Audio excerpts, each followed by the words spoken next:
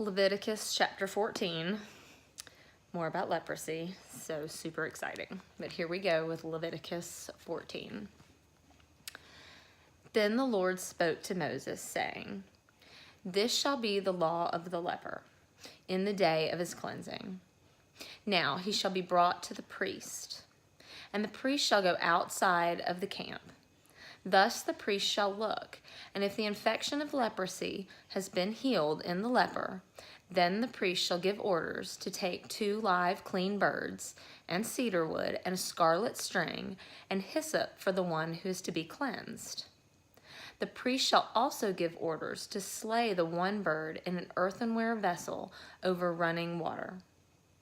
As for the live bird, he shall take it together with the cedar wood and the scarlet string and the hyssop, and shall dip them and the live bird in the blood of the bird that was slain over the running water. He shall then sprinkle 7 times the one who is to be cleansed from the leprosy, and shall pronounce him clean. And he shall let the live bird go free over the open field. The one to be cleansed shall then wash his clothes and shave off all his hair and bathe in water and be clean. Now afterward he may enter the camp, but he shall stay outside his tent for 7 days. It will be on the 7th day that he shall shave off all his hair.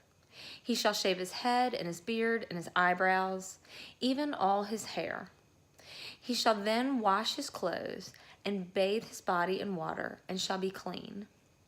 Now on the 8th day he is to take 2 male lambs without defect, and a yearling ewe lamb without defect, and 3/10 of an ephah of fine flour mixed with oil for a grain offering, and 1 log of oil. And the priest who pronounces him clean shall present the man to be cleansed and the aforementioned beside the Lord at the doorway of the tent of meeting. Then the priest shall take the 1 male lamb and bring it for a guilt offering with the log of oil, and present them as a wave offering before the Lord.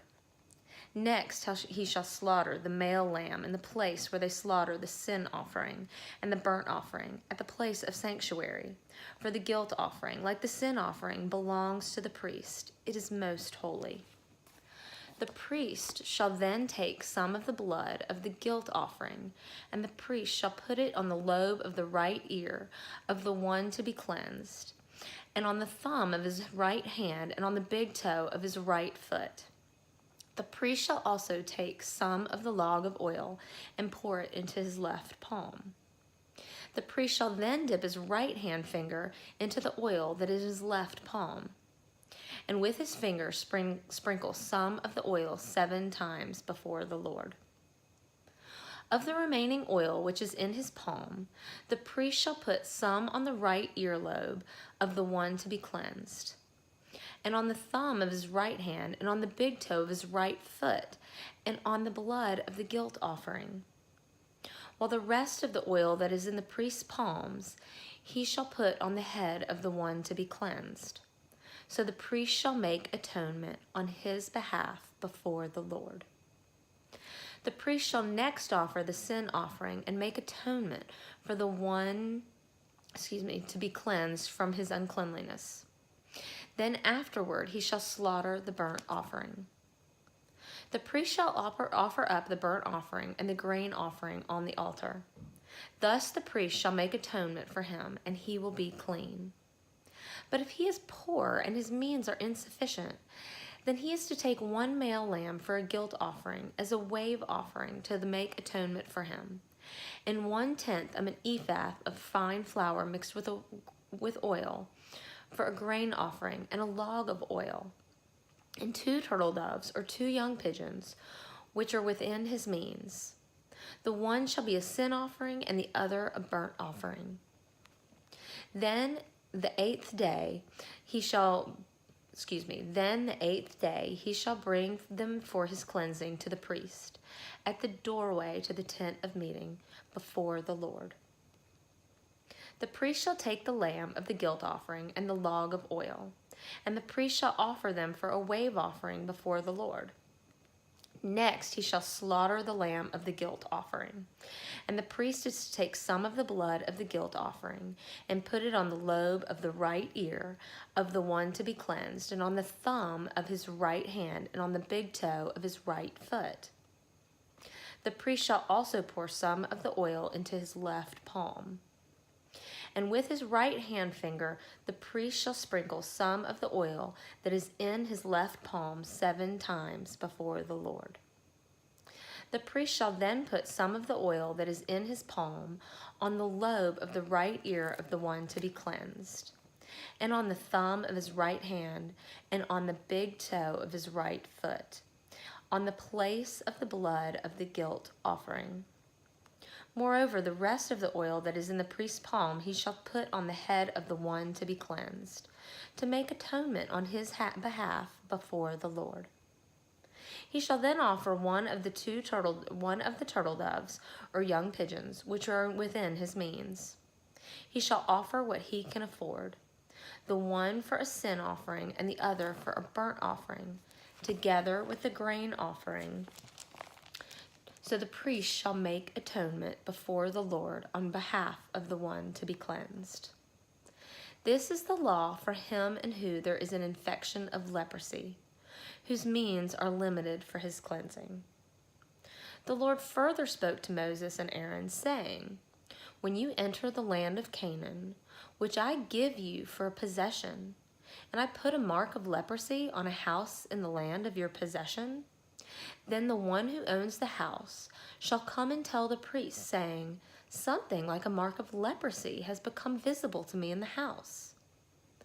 The priest shall then command that they empty the house before the priest goes in to look at the mark, so that everything in the house need not become unclean.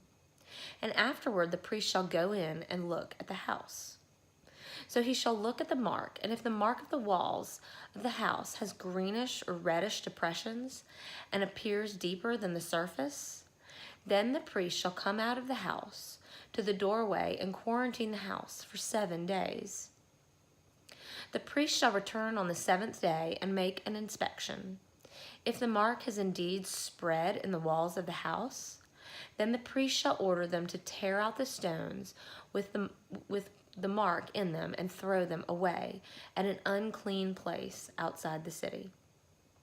He shall have the house scraped all around inside, and they shall dump the plaster that they scrape off at an unclean place outside the city. They shall take the other stones and replace those stones, and he shall take other plaster and replace the house and replaster the house. If, however, the mark breaks out again in the house after he has torn out the stones and scraped the house, and after it has been replastered, then the priest shall come in and make an inspection. If he sees that the mark has indeed spread in the house, it is a malignant mark in the house. It is unclean. He shall therefore tear down the house, its stones and its timbers, and all the plaster of the house, and he shall take them outside the city to an unclean place. Moreover, whoever goes into the house during the time that he was quarantined it becomes unclean until evening. Likewise, whoever lies down in the house shall wash his clothes, and whoever eats in the house shall wash his clothes. If, on the other hand, the priest comes in and makes an inspection, and the mark has not indeed spread in the house after the house has been replastered, then the priest shall pronounce the house clean, because the mark has not reappeared. To cleanse the house then, he shall take 2 birds, and cedar wood, and a scarlet string, and hyssop. And he shall slaughter the one bird in an earthenware vessel over water.